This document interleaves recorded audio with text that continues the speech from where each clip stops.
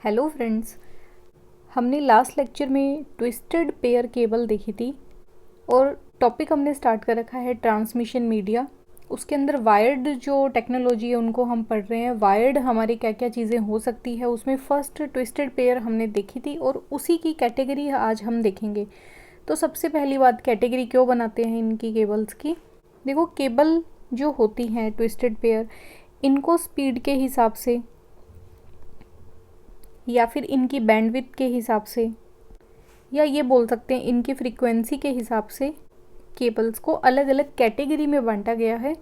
और ये जो ट्विस्टेड पेयर केबल है, आप इसका नाम भी जब देखोगे तो इस तरीके से लिखा होता है: cat 1, cat 2, cat 3, cat 4, cat 5, cat 5E, cat 6, cat 6A, cat 7।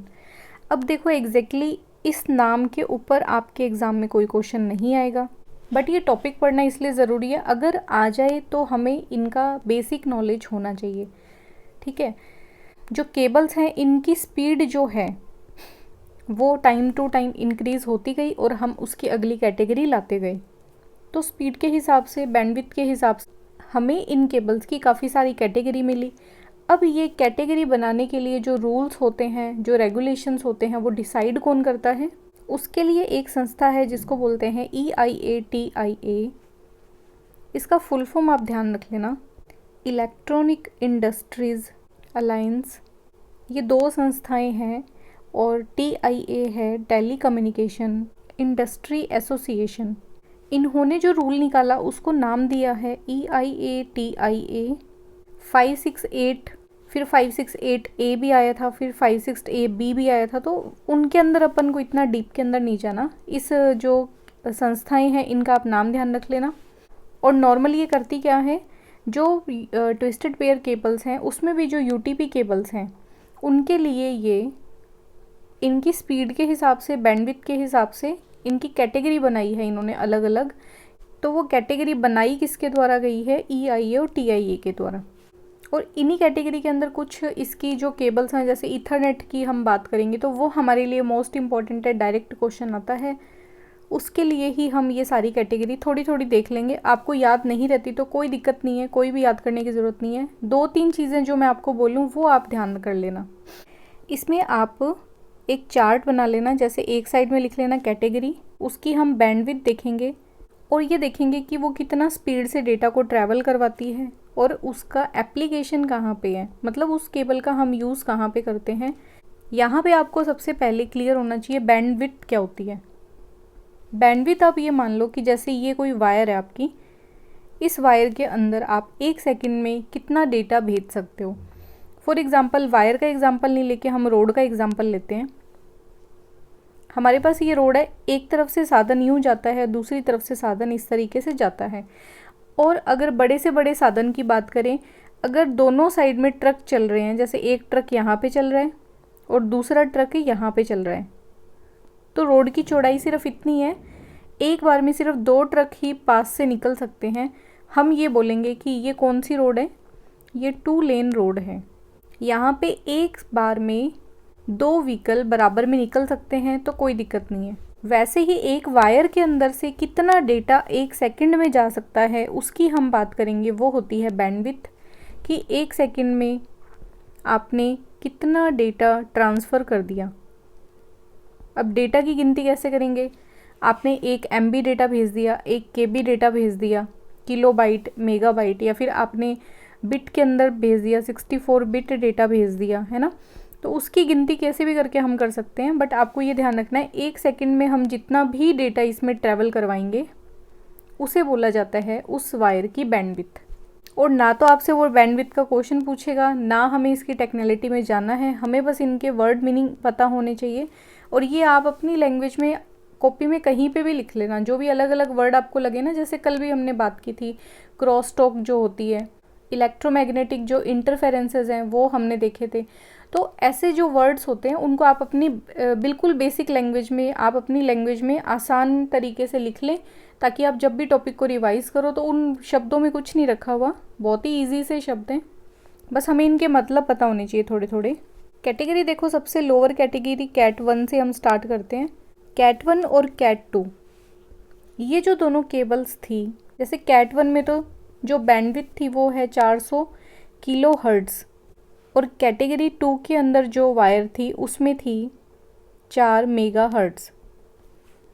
इनका हम यूज़ कहाँ पे करते थे? इनको यूज़ करते थे, जो टेलीफोन की आपने लाइंस देखी है जहाँ पे बहुत ही लो क्वालिटी का डेटा हम सेंड करते हैं, सिर्फ वॉइस डेटा यहाँ पे जाता था, उस तरह के जो टेलीफोन वायर्स हैं उनके अंदर हमने इन कैटेगरी की वायर का यूज़ किया था।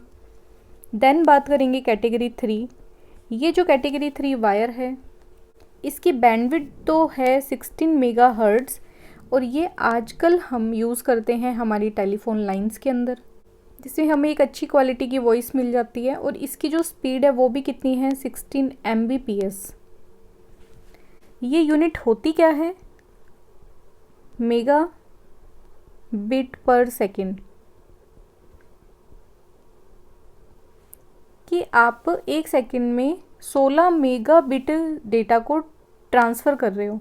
यहाँ पे अगर बी छोटा है तो बिट होगा, अगर यहाँ पे मैं ऐसे लिख दूँ कि MBPS, कैपिटल बी का मतलब चेंज हो जाता है, ये होता है बाइट। ये छोटी छोटी चीज़ों का आप ध्यान रखना। कई बार क्या होता है, डायरेक्ट क्वेश्चन ही पूछ लेता है कि MBPS और MB, छोटा जो बी है उसका क्या मतलब है ना। तो ये छोटी छोटी चीज़ें हैं, इनको भी आप ध्यान रखना। देन हम बात करेंगे कैटेगरी 4 जो वायर है उसकी। कैटेगरी 4 वायर की बैंडविड्थ तो है 20 मेगा हर्ट्ज़, और इसकी जो स्पीड है वो भी लगभग 16 Mbps के बराबर ही हो रही थी। Then I category 5। अब यहाँ से इम्पॉर्टेंट चीज़ें स्टार्ट हो जाती है। कैटेगरी 5 के अंदर हम 100 Mbps से डेटा को सेंड कर सकते हैं, 100 मेगाबिट पर सेकेंड, और यहाँ पे जो बैंडविड्थ मिली है वो भी है 100 मेगा हर्ट्ज़। इस जगह पे हम हाई स्पीड से इंटरनेट को चला सकते हैं और डेटा ट्रांसफ़र कर सकते हैं। और कैटेगरी 5 के बाद जितनी भी केबल्स आई हैं, जैसे category 5E, category 6, category 6A, फिर 7 आई, तो इन सबको हम एक नाम से और जानते हैं, जो पॉपुलर नेम है आप बहुत जगह पे सुनोगे। इन वायर के अंदर हम इंटरनेट चला सकते हैं, इस वजह से ही इसको हम बोल देते हैं कि ईथरनेट केबल हैं ये।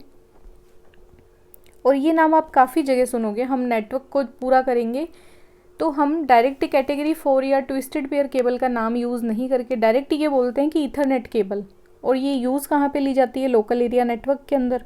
कैटेगरी 5E, इस वायर के अंदर हमें क्या फैसिलिटी मिली? ये इसका एक्सटेंडेड वर्जन है कैटेगरी 5 का।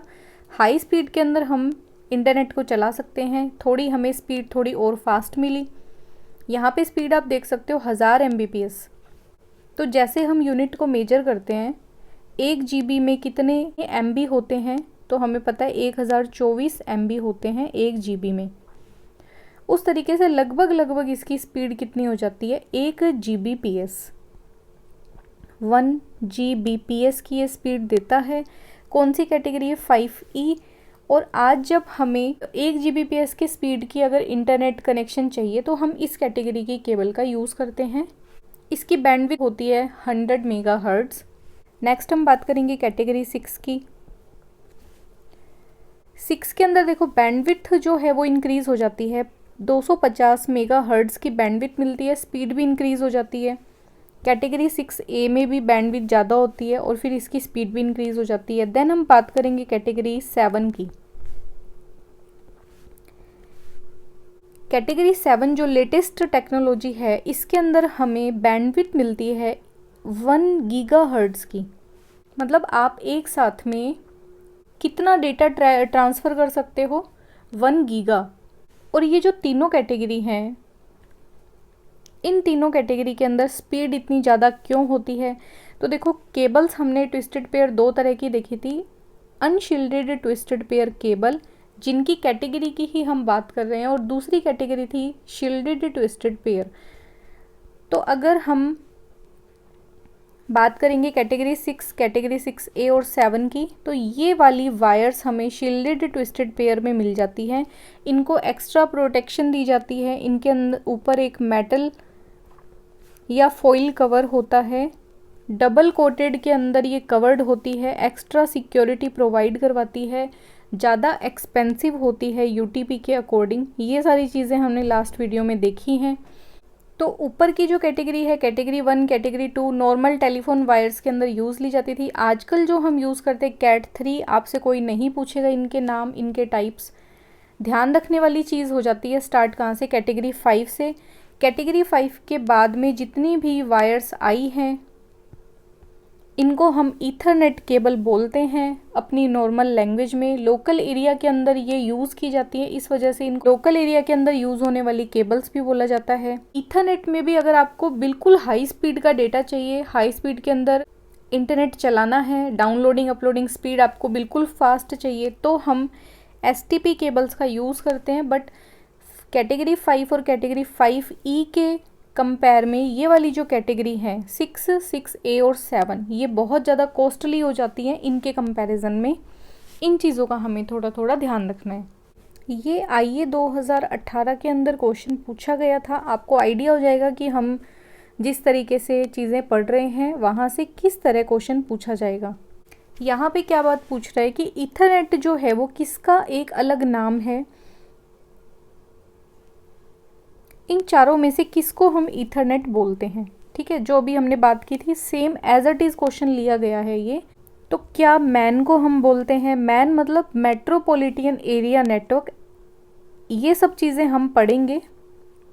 बट एक बार आप ये समझ लेना कि 50 किलोमीटर 60 किलोमीटर तक के जो एरिया में हम कंप्यूटर को आपस में जोड़ देंगे वो नेटवर्क कहलाता है मैन, और लैन होता है लोकल एरिया नेटवर्क। एक बिल्डिंग के अंदर या 1 किलोमीटर के दायरे के अंदर जो कंप्यूटर हैं उनको हम आपस में जोड़ते हैं।